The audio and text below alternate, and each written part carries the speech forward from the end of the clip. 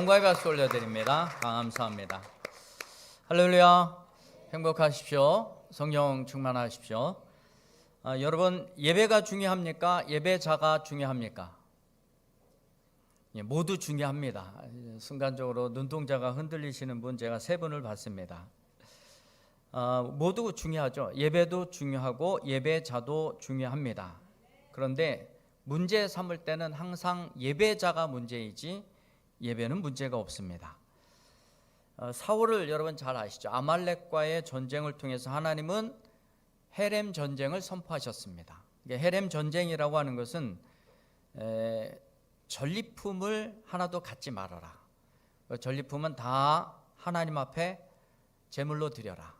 그 대신 내가 너희들에게 승리를 보장해 주마. 이거였거든요. 근데 왜 특별히 아말렉 족속이냐? 아말렉 족속이 이스라엘 백성들을 그렇게 괴롭혔거든요. 출애굽하는 이스라엘 백성들 뒤쫓아가서 괴롭히기도 하고 탈취도 하고 굉장히 괴롭혔던 자들인데 사울을 통해서 주신 사명이에요. 아말렉 족속들을 제거해라. 그런데 이 모든 전리품을 다 남겨놓지 말고 싹 다 죽여야 되는데 사울은요, 자기 눈에 보기 좋은 거 이런 것들을 싹 모아다가 숨겨놨어요. 하나님이 이것을 보시고 굉장히 언짢아하셨어요. 왜 그랬냐? 하나님께 제사를 드리려고 좋은 제물을 남겨놨습니다. 하나님은 나 이런 거 기뻐하지 않는다. 그럼 하신 말씀이 무엇이냐면 제사가 순종이 제사보다 낫다. 그렇게 말씀을 하십니다. 여러분, 제사에는 문제가 없어요. 예배는 문제가 없습니다. 무엇을 탓하고 있는 것입니까? 순종하지 못하고 있는, 또 순종하지 않는 자세를 가지고 하나님을 예배하고자 하는 그 예배자 사울을 책망하고 계시는 것이죠. 순종하지 못하는 자가 하나님을 예배한들 그 예배를 하나님께서 받으시겠는가? 순종하지 못하는 마음의 태도를 가지고 예배를 나온 그 사울을 책망하시는 것이죠. 말라기서의 말씀을 보게 되면 이스라엘 백성들이 하나님을 예배한다고 하며 또 제사를 드린다고 하며 가지고 왔었던 그 제물을 보니까 전부 다 이거 버릴 거, 못 먹을 거 뭐 이런 것들이에요. 병든 것, 그 다음에 눈먼 것, 저는 것, 이런 것들을 갖다가 하나님께 드린다고 예물을 가지고 온 거예요. 그러니까 하나님이 말라기 선지자를 통해서 주신 말씀이 뭐냐면 너희 총독에게, 살아있는 총독에게 이거 한번 갖다 줘봐라. 받겠는가? 안 받는다 이거예요. 그러니까 너희들은 어떻게 나를 이렇게 만홀히 여기고 경홀히 여기느냐? 내가 그 제물의 배설물, 그 똥을 너희들의 얼굴에다 좀 칠해 버리고 싶다. 이렇게 마음을 드러내셨어요. 아모스 5장의 말씀을 보게 되면 예배자에 대한 책망을 또 이렇게까지 하십니다. 아모스 5장의 말씀을 보면 너희들이 드리는 번제나 소제 내가 그 냄새를 역겨워하노라. 그 제물을 태워 드릴 때 냄새가 나잖아요. 하나님은 이 번제를 향기롭게 받으셨는데 너희들 드리는 그 번제나 또 소제나 이 태워 드리는 그 냄새를 내가 역겨워서 못 맡겠다.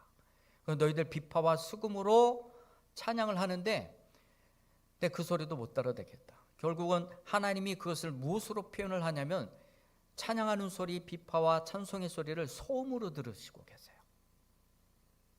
그러니까 하나님을 예배한다고 예배하는 것이 하나님을 고문하는 자리가 된 겁니다. 여러분, 우리가 예배하는 이 예배의 자리가, 하나님을 찬양한다고 하는 이 찬양의 자리가 하나님을 고문하는 자리가 되지 않기를 소망합니다. 예배에 관해서는 늘 문제가 없어요. 그러나 항상 그 책망하실 때는 예배자에 대한 책망을 하십니다. 심지어는 하나님께서는 그 예배자가 드리는 그 예배를, 하나님의 마음에 합당하지 않게 드려지는 그 예배를 고문으로 생각할 정도니 얼마나 고통스러우면 이런 마음까지 표현해 내셨을까요? 하나님은요, 우리 모든 인간을 하나님을 예배하는 자로 창조하셨습니다. 할렐루야. 오늘 본문 말씀 7절의 말씀을 보면 내 이름으로 불려지는 모든 자 곧 내가 내 영광을 위하여 창조한 자를 오게 하라. 그를 내가 지었고 그를 내가 만들었느니라. 하나님이 지으시고 창조한 우리가 해야 될 목표는 창조주 하나님께 영광을 돌리는 겁니다. 예배하는 것입니다. 찬양하는 것입니다. 예배도 중요하고 예배자도 중요합니다. 그러나 더 중요한 것이 있다고 한다면 이미 어차피 예배는 중요한 것이고 예배 드리는 예배자가 더 중요하지 않을까, 그런 생각을 해봅니다. 예배자가 예배답지 않은 예배를 드릴 때 하나님은 그것을 고문으로 여기시고 고문으로 느끼기도 한다는 것입니다. 하나님께서는 거부하시기도 하시죠. 그 싫어하고 거부하는 모습이 역력하게 드러납니다. 아모스 5장 한번 보시면 눈도 가리고 귀도 가리고 코도 막고, 그래서 모든 예배를 통해서 들려지는 그 모습이라든지 냄새라든지 소리라든지 이거 다 막으세요. 얼마나 지겨우시면 그렇게 하실까요? 중요한 것은 우리 예배자의 그 태도인 줄 믿습니다. 하나님 앞에 예배한다고 나아가는 우리의 태도가 너무나도 중요한 것을 볼 수가 있습니다. 그래서 우리의 예배를 받으시냐 안 받으시냐는 나의 태도에 달려 있는 거예요. 가인과 아벨의 제사를 통해서 우리가 깨달을 수 있는 것이 있습니다. 가인은요, 그 제사를 하나님께서 받지 않으셨어요. 아벨의 제사만 받으셨죠. 그래서 이 가인은요, 아벨을 굉장히 시기하고 또 미워했습니다. 근데 성경은요, 이렇게 아벨의 제사만 받으시는 이유를 이렇게 말씀하고 있습니다. 아벨과 그 제사는 받으셨지만 가인과 그 제사는 받지 아니하신지라.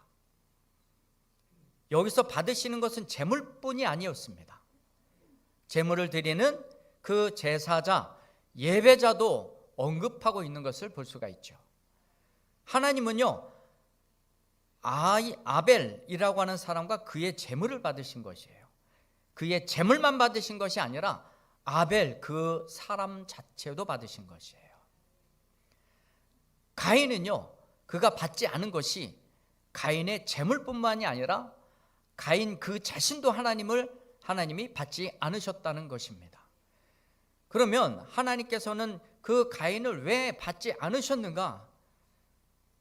가인은요, 그 마음속에 늘 시기하는 마음과 질투하는 마음이 있었어요. 그 함께 예배를 드리는 예배자에 대한, 그 아벨에 대한, 동생이기도 하지만 같은 예배자 아니에요. 공동체적으로 하나님 앞에 예배드리는 그 예배자인 그 아벨을 시기하고 질투하는 겁니다. 그리고 가인에게는요, 선을 행함이 없어요. 선을 행함이 없습니다. 늘 죄가 그 앞에서 도사리고 있었어요. 그래서 가인은 거기에 순식간에 그 마음을 빼앗기고 죄를 저지르고 악한 일을 저지르고, 그래서 하나님이 그가 드리는 제사와 그 자체는 받으시지 않으셨다는 거죠. 창세기 4장 7절의 말씀을 보면 내가 선행을 행하면 어찌 낯을 들지 못하겠느냐, 선을 행하지 아니하면 죄가 문 앞에 엎드려져 있느니라. 죄가 너를 원하나 너는 죄를 다스릴지니라. 죄의 유혹에 넘어가지 말아라. 자꾸 거기에 넘어가서 죄를 지으면 너의 제사를 내가 받을 수 없다, 이 말씀인 거죠. 가인은요, 이미 그 마음과 심령 자체가 하나님께서 받으실 만한 제물이 되지 못하고 있는 것입니다. 우리가 예배도 중요하고 예배자도 중요하지만 늘 중요한 것은 하나님이 나를 받으시도록 내 자신을 거룩하게 분별하여 드려야 될 줄 믿습니다. 혹자는 그런 얘기도 합니다. 나는 하나님 예배할 때 하나님 보고 예배드리지 사람 보고 예배드리지 않는다. 맞는 말일 수도 있어요. 그런데 그런 마음을 가진 사람이 드리는 예배를 하나님이 과연 받으시겠는가? 뭔가 삐딱한 마음으로, 뭔가 부정한 마음으로 앉아 있는데 그 예배를 하나님께서 받으시겠는가라고 하는 겁니다. 가인과 아벨이 같은 자리에서 예배를 드렸을 때 가인이 가지고 있었던 그 마음을 가지고 예배를 드린다고 한다면 그 마음 하나님께서 받으시겠냐라고 하는 것이죠. 저 인간은 왜 여기 앉아 있어? 이런 마음이 무슨 은혜가 임하겠느냐고요. 여러분, 하나님이 원치 않으시는 그런 삐딱한 마음과 가인이 가지고 있었던 그 시기하는 마음과 질투하는 마음으로 예배에 앉아 있다면 어찌 그 심령과 영혼의 하나님의 영광이 임하겠는가라고 하는 것이죠. 절대로 그럴 수가 없습니다. 하나님이 나를 지으신 목적이 오늘 7절의 말씀처럼 하나님을 예배하는 자로 살게 하시려는 것입니다. 하나님 우리를 지으시고 우리를 구속하신 그 이유가 무엇이냐? 우리를 하나님을 예배하는 자로 살게 하시려고 그렇게 하셨다는 것입니다. 우리가 영안이 열리고 성령의 충만함을 받아서 이것을 봐야 돼요. 영적인 눈이 열려서 성령 충만하면 이 예배 자리가 얼마나 영광스러운 자리인지 보게 될 줄 믿습니다. 요한계시록 5장 11절에서부터 14절까지의 말씀에 보면 우리의 예배가 얼마나 영광스러운 자리인지 깨달을 수가 있습니다. 제가 읽어드립니다. 내가 또 보고 들음에 보좌와 생물들과 장로들을 불러 선 많은 천사의 음성이 있으니 그 수가 만만이요 천천이라. 큰 음성으로 이르되 죽임을 당하신 어린 양은 능력과 부와 지혜와 힘과 존귀와 영광과 찬송을 받으시기에 합당하도다 하더라. 내가 또 들으니 하늘 위에와 땅 위에와 땅 아래와 바다 위에와 또 그 가운데 모든 피조물이 이르되 보좌에 앉으신 이와 어린 양에게 찬송과 존귀와 영광과 권능을 세세토록 돌릴지어다. 지금 보고 있는 것이, 요한이 바라보고 있는 것이 하늘의 보좌를 보고 있어요. 그 주위에 네 생물이 있습니다. 그 주위에 24장로들이 있습니다. 그 주위에 하나님의 천사들이 있습니다. 근데 그 천사들의 수가 만만이요 천천이요. 거기서 끝날 줄 알았던 하나님의 보좌를 향한 그 찬송과 그 예배가 어디까지 이어지고 있냐면 이 땅 하늘의 위에, 그리고 땅 위에, 땅 아래에, 바다 위에, 그 가운데 있는 모든 피조물, 지금 이 땅에까지, 지금 이곳에까지 하늘의 보좌와 닿고 있다는 것입니다. 우리가 드려지는 이 예배는 그냥 단순히 드려지는 예배가 아니라 지금도 드려지는 이 예배는 하늘의 보좌와 연결되어 있고 닿고 있다는 것입니다. 우리가 해야 되는 찬양이 보좌에 앉으신 어린 양께 찬양과 존귀와 영광과 권세를 우리가 영원토록 찬양하는 것이 우리가 해야 될 사명인 것입니다. 이 자리는 그냥 보통 자리가 아니에요. 하나님의 영광의 보좌와 맞닿아 있는 자리입니다. 우리 인간만 하나님을 찬양하는 것이 아닙니다. 이 땅에 있는 모든 생물들이 다 하나님을 찬양합니다. 왜 그 생물들은 왜 찬양할까요? 하나님의 지으심을 받았거든요. 그래서 찬양하는 것이에요. 로마서 8장의 말씀을 보면 이 땅에 있는 모든 생물들도 하나님의 아들로서 우리를 구속해 주기를 빨리 바라고 있다고 얘기를 합니다. 왜냐하면 이 자연 세계가, 타락해 있는 세계가 너무 힘든 거예요. 그래서 이 하나님의 구속함을 보기를 자연 만물도 기다리고 있다고 얘기를 합니다. 그러면서 자연 만물도 찬양을 하겠죠. 하나님, 우리를, 이 세계를, 이 자연을 빨리 구원해 주세요. 우리만 찬양하는 것이 아니라 이 땅에 있는 모든 생물들은요 다 하나님을 찬양하고 있다고 말씀하고 있습니다. 우리가 예배하는 자리, 그 자리가 어떤 자리이든, 구역 예배의 자리이든 새벽 예배의 자리이든 이런 집에서 무릎 꿇고 기도하는 그 자리이든 상관없이 우리 모든 자리는 하나님의 거룩한 보좌와 맞닿아 있는 자리입니다. 이것을 깨닫는 자만이 진정 예배자인 것입니다. 이 시간도 여러분들이 하늘과 맞닿아 있는 이 자리, 영광의 보좌를 바라볼 수 있기를 소망합니다. 우리가 사람이 병들면요, 여러분들은 어떻습니까? 병들면 가장 먼저 없어지는 게 하나가 있어요. 뭐가 없어집니까? 밥맛이 없어지죠.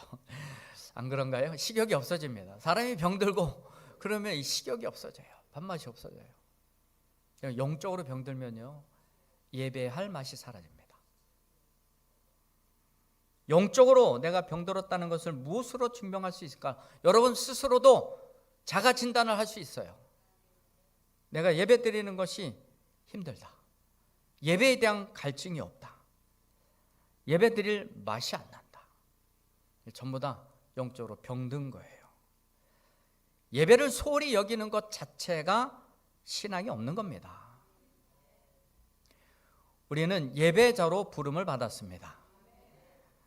예배자인데 그렇다고 모든 예배를 하나님께서 다 받으시거나 또 아무나 예배할 수 있는 것은 아닙니다.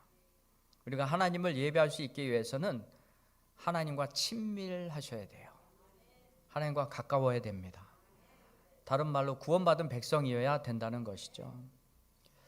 우리가 원치 않는 사람과 밥을 잘못 먹으면 얹히기도 해요. 취하기도 합니다. 친밀하지 않기 때문에 그래요. 우리 밥 먹을 때도 기쁘고 즐겁게 교제 잘 나누면서 수다도 떨어가면서 이렇게 드셔야 소화도 잘 되잖아요. 근데 높은 사람, 어려운 사람 이런 사람들과 있으면 그냥 먹어도 먹은 것 같지도 않고 꽉 막히잖아요. 우리 여러분들이 혹 다른 곳에 가서 예배 드려 보신 경험이 혹시 있으십니까?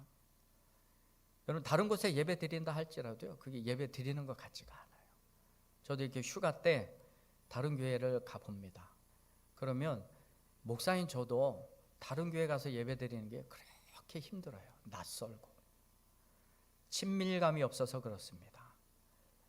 그래서 교회 안에 우리 예배 드리는 데 있어서 중요한 게 뭐냐면 성도 간의 교제입니다. 교제가 굉장히 중요해요. 식탁 교제도 중요하고 여러분들이 교제 나누는 거 이거 무시할 수 없는 거예요. 그런 친밀한 교제가 있고 친밀도가 있어야 예배 드리는 것이 기쁘고 즐겁다라고 하는 것이죠. 예배는 왜 그러냐면 관계 속에서 드려지기 때문에 그렇습니다. 관계 속에서. 예배는 관계를 벗어나서 드릴 수 있는 것이 없어요. 그래서 화목제가 중요한 것입니다. 레위기 제사의 법을 보게 되면 화목제가 굉장히 중요한 이유로 등장하는 것이 화목제는 이웃과 함께 드리는 제사입니다. 이웃과 함께 드리는 제사. 화목제의 제물은요, 양을 잡든지 또 소를 잡든지 잡아서 그 다음 날까지 두지 말고 잡은 날 다 먹어야 돼요. 그러면 이 화목제를 드리는 내가 이 양 한 마리를 다 먹고 소 한 마리를 다음 날까지 남겨두지 않고 다 먹으려면 어떻게 해야 돼요? 뱉어져 죽거나 아니면 또 누군가를 불러야 되겠죠. 그러면 이웃을 다 불러 모아요. 그래서 같이 화목제를 드리고 나누어 먹습니다. 그래야 그 화목제가 효험이 있는 거예요. 우리의 예배가 그렇습니다. 우리는 공동체로 예배를 드리는 거예요. 우리는 함께 예배를 드리는 공동체로 존재하고 있습니다. 그래서 혼자 드린다 예배, 이거는 화목제의 의미를 모르시는 분들이 하시는 말씀인 것이죠. 오늘 다시 한번 읽어드리고 강조하고 싶은 말씀 7절의 말씀을 보면 하나님께서 우리를 예배하도록 하나님께 영광 돌리도록 우리를 부르시고 지으시고 창조하셨다. 근데 그 앞선 내용을 말씀을 보게 되면 동일한 거예요. 43장 1절의 말씀을 보면 거기서도 내가 너희들을 짓고 창조했다. 두려워하지 말아라. 내가 너희를 구원했다. 불 가운데 지날지라도 물 가운데 지날지라도 나는 너의 구원자이다. 너희들을 해할 자가 없을 것이다. 그러면서 심지어는 너는 내 눈에 보배로운 존재이다. 내가 너를 사랑한다. 내가 너를 대신하여 내 생명을 준다. 이렇게까지 말씀을 하십니다. 우리가 하나님이 우리를 지으실 때는 하나님이 창조자이고 내가 너를 짓고 내가 너를 구원했으니까 너는 당연히 나한테 해야 될 게 뭐냐? 나를 예배하고 찬양하는 거다. 나에게 영광 돌리는 거다.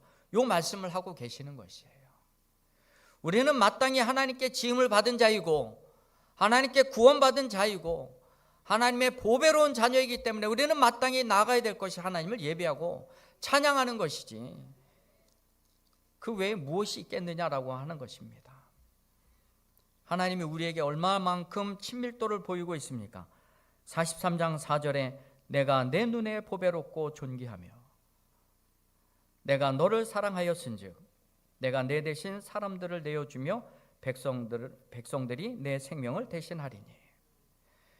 그러니 제가 가끔 밖에 나가면 조그만 어린 아이들이 있어요. 요즘은 왜 이렇게 조그만 어린 아이들이 눈에 잘 들어오는지 요즘 슬슬 우리 아이들한테 좀 닥달을 하고 있습니다. 사귀는 사람은 있냐? 언제 결혼할래? 그러니까 내 아이도 내 손주도 아닌데 이렇게 딱 보면요, 우리 아내가 그런 얘기를 합니다. 그만 좀 쳐다보라고. 요즘 큰일 난다고. 그냥 우리 피 한 방울 안 섞인 아이인데도요, 그냥 꿀이 뚝뚝 떨어져요. 하나님이 우리를 그렇게 보고 계신 거예요. 얼마나 예뻐요. 얼마나 보배롭게 여깁니까? 그런데 그런 하나님께, 그렇게 친밀함을 나타내시는 하나님께 우리 찬양 못 해드려요? 그 하나님 예배 못 하십니까? 예배하는 게 그렇게 귀찮으세요? 예배 드리는 게 그렇게 힘드세요? 말도 안 되는 겁니다. 우리가 하나님께 지음을 받은 존재임을 확신하고 또 우리를 구원해 주신 분이라고 한다는 그 사실을 확신한다면 우리 마땅히 해야 될 일이 하나님을 예배하는 예배자로 서는 것입니다. 우리가 이 친밀도를 유지하기 위해서, 하나님과 이 친밀도를 유지하기 위해서 기억해야 할 계명이 있습니다. 10계명 중에 첫 계명이죠. 나 외에 다른 신들을 내게 두지 말라. 나 외에 다른 신들을 내게 두지 말라. 이 말씀의 의미는 나와 하나님 사이에 아무것도 끼워 넣지 말라는 것입니다. 뭐 기문증이라고 하나요? 눈에 조금만 뭐 하나 이렇게만 껴더라도 잘 안 보여요. 시야가 굉장히 불편합니다. 근데 내 앞에 시커먼 물체가 하나 떡하니 있어요. 얼마나 답답합니까? 영화 볼 때 등치 큰 사람이 앞에 딱 가리고 있으면 얼마나 힘들어요. 하나님은요, 우리가 하나님만 바라보길 원하십니다. 그래서 우리에게 부탁하시는 말씀이에요. 나는 너만 바라볼 테니까 네 앞에 내가 너를 바라볼 수 있도록 뭔가 끼지 않도록, 뭔가 놓이지 않도록 좀 애써달라, 노력해달라. 난 너만 보고 싶다 이거예요. 우리는 하나님과의 친밀도를 위해서 하나님만 바라보는 인생이 되어야 될 줄 믿습니다. 하나님을 바라보는 데 있어서 방해되는 요소들 있다면 멈추지 말고 그것을 다 제거해 놓으시고 주님만 바라보시기를 소망합니다. 향유를 부었던 한 여인의 예를 한번 들어서 말씀을 좀 드리고 싶습니다. 누가복음 7장 36절 이하에 보면 예수님께서 한 바리새인의 초청을 받고 그 바리새인의 집에 식사 초대를 받아 가시게 됐습니다. 당시에 또 예라고 한다면 물론 자기 집도 그렇지만 손님들이 오게 되면은요, 가장 먼저 해주는 것이 그 집 주인이든 하인이든 들어오는 손님들의 발을 씻어 주어야 됩니다. 하인이 있으면 하인이 씻어 주지만 하인이 없는 집이라고 한다면 집 주인이 씻어 줘요. 왜냐면 당시에는 그냥 흙바닥이잖아요. 흙천지고 그 다음에 신발은 커버가 있는 게 아니에요. 샌들을 신고 다닙니다. 그러면 하루 종일 다니다 보면 먼지가 새빨갛게 앉아요. 새빨간 흙이 다 얹습니다. 그러면 그 발 가지고 안에 들어가서 뭐 먹기가 좀 찝찝하잖아요. 발가락 사이에 모래 하나만 껴도 우리가 얼마나 깝깝합니까? 그래서 이 발을 깨끗이 씻어줍니다. 그런데 이 바리새인은요, 자기 집에 들어갔는데 예수님 모셔놓고 발 씻어줄 생각도 하지 않습니다. 그때 한 여인이요, 모든 수치와 모욕과 경멸을 무릅쓰고 예수님 앞으로도 못 나가고요, 예수님 뒤로, 그리고 뒤에 곁에서 옥합을 깨트려 기름을 그 발에 붓고 물 대신 기름을 붓고 그리고 수건 대신 자신의 머리를 수건 삼아서 예수님의 팔을 닦습니다. 눈물 나지 않습니까? 그 누구도 예수님의 발을 씻어줄 줄 몰랐는데 사회에서 경멸받고 또 천대받는 그 여인이요 말없이 가서 예수님의 발을 깨끗이 씻어냅니다. 누가복음 7장 38절에는요 이렇게 기록이 되어 있습니다. 예수의 뒤로 그 발 곁에 서서 울며 눈물로 그 발을 적시고 자기 머리털로 그 발에 입 맞추고 향유를 부으니. 저는 이게 어떤 의미인지 압니다. 눈물을 얼마나 많이 흘렸길래 발을 적시고 머리털로 깨끗이 닦고 그 다음에 향유를 부으니. 이 그리스나 터키, 이스라엘 갔다 오면은요 그런 지방 쪽에 이렇게 내려가면 화장실도 전부 다 이 돈을 내고 들어갑니다. 그래서 사립이 있고 공립이 있고 이렇게 표현을 해요. 사립은 돈 내고 들어가는 데고 공립은 공짜로 되는데 공립은요 굉장히 지저분해요. 사립을 이용하잖아요. 그러면 거기 주인이 손 씻고 나오면 올리브 기름을 손에다 떨어뜨려 줍니다. 그걸 이렇게 딱 발라요. 튀지 말라고. 그러니까 지금 이 여인이요 얼마나 예수님 머리 앞에서 발 아래 엎드려서 예수님을 귀하게 생각했는지. 그러니 나중에는 자기 향유 옥합을 깨뜨려서 예수님의 발을 보호해 주는 거예요. 얼마나 감동적인 예배의 자리입니까? 이 여인의 바리새인의 집에 들어갈 때는요 사람들의 경멸 어린 눈초리를 뚫고 들어갔습니다. 이 바리새인이 예수님의 그 발 아래 향유를 부을 때에 한 얘기가 있어요. 예수님이 정말로 선지자라고 한다면 당신의 발에 기름 부은 저 여인이 어떤 여인인지 알았을 텐데요. 부정한 여인이라고 하는 것을 그냥 드러내고 싶어 하는 거예요. 어떻게 저런 더러운 여자의 손을 통해서 발을 만지게 하십니까? 이런 의미인 것이죠. 그러나 이 여인은요 사람들의 시선, 눈초리, 경멸 어린 그 시선, 모멸감 뚫고 들어가서 예수님의 발 아래서 예수님의 발을 씻게 되었습니다. 이 여인이 예수님께 나가는 데 있어서는요 사람들의 시선 따위는 필요하지 않았습니다. 사람들의 경멸이나 또 모멸 섞인 그 얘기는 중요하지 않았습니다. 그저 하나님 앞에 나가 예수님 앞에 나가 예수님을 예배하고 싶었던 것이죠. 사탄은요 하나님과 우리 사이를 어떻게든 벌려 놓으려고 합니다. 우리도 깨닫지 못하는 사이에 그 덫에 넘어지는 사람들이 많습니다. 그래서 예배 자리에 멀어지고 예배 드리는 것을 등한히 하고 소홀히 여기고 오늘만 날이냐 그러면서 이번 주도 빠지고 저번 주도 빠지고 다음 주도 빠지고 이제 계속해서 방학하고 그러다 보면은요 그 인생 완전히 멀어지게 되는 것이죠. 여러분 이 모든 사탄의 또 계계나 또 환경이나 음성에 속지 마시고 하나님만 바라보고 나갈 수 있게 되기를 소망합니다. 교회 나오실 때 때로는 누구 때문에 라고 하는 핑계도 될 수도 있습니다. 핑계대지 마십시오. 뚫고 나오십시오. 상황이 좋지 않아서요 핑계댈 수도 있습니다. 핑계대지 마십시오. 뚫고 나오십시오. 그것들을 돌파하고 나오게 된다면 하나님의 은혜의 수준이 달라지는 거예요. 하나님께서 주시는 그 은혜의 수준이 달라지는 겁니다. 폭풍 은혜가 물려오는 것이죠.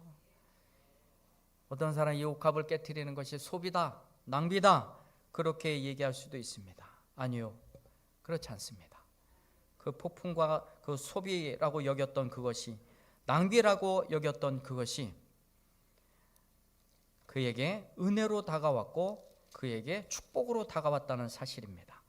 누가복음 7장 48절부터 50절까지의 말씀 읽어드립니다. 이에 여자에게 이르시되 내 죄사함을 받았느니라 하시니 함께 앉아있는 자들이 속으로 말하되 이가 누구이기에 죄도 사하는가 하더라. 예수께서 여자에게 이르시되 내 믿음이 너를 구원하였으니 평안히 가라. 은혜를 얻은 거예요. 평안히 가라. 너는 구원을 받았다. 그 옥합을 깨뜨리고 그 은혜를 받은 이 여인에게 들려진 것은 평강이었고 구원이었습니다. 여러분, 우리는 예배자인 줄 믿습니다. 올해 표가 우리가 교회입니다. 우리가 한 방향으로 정렬해 나가야 될 교회 공동체로서 기본적으로 가지고 있어야 될 6가지 원소. 여기 앞에 보시면 6가지 있는데 우리가 가장 먼저 우리 교회 공동체로서 합당하게 가져야 될 정체성이 우리는 예배자인 것입니다. 한 하나님을 예배하고 예수 그리스도를 예배하는 예배자인 줄 믿습니다. 우리는 아무나 이 예수님을 예배할 수 있는 것이 아니라 하나님과 친밀한 관계 속에 있어야 예배가 비로소 예배다울 수 있다는 것입니다. 여러분 안에 구원받은 확실한 증거가 있거든 예수님을 예배하기를 바랍니다. 하나님만 예배하기를 바랍니다. 그가 우리를 지으시고 구원해 주셨습니다. 그 하나님 찬양하시고 올 한 해 예배자로 울뚝 설 수 있는 영광과 축복이 여러분들에게 있게 되기를 주님의 이름으로 축원드립니다. 기도하겠습니다. 우리 이 시간 말씀 기억하시고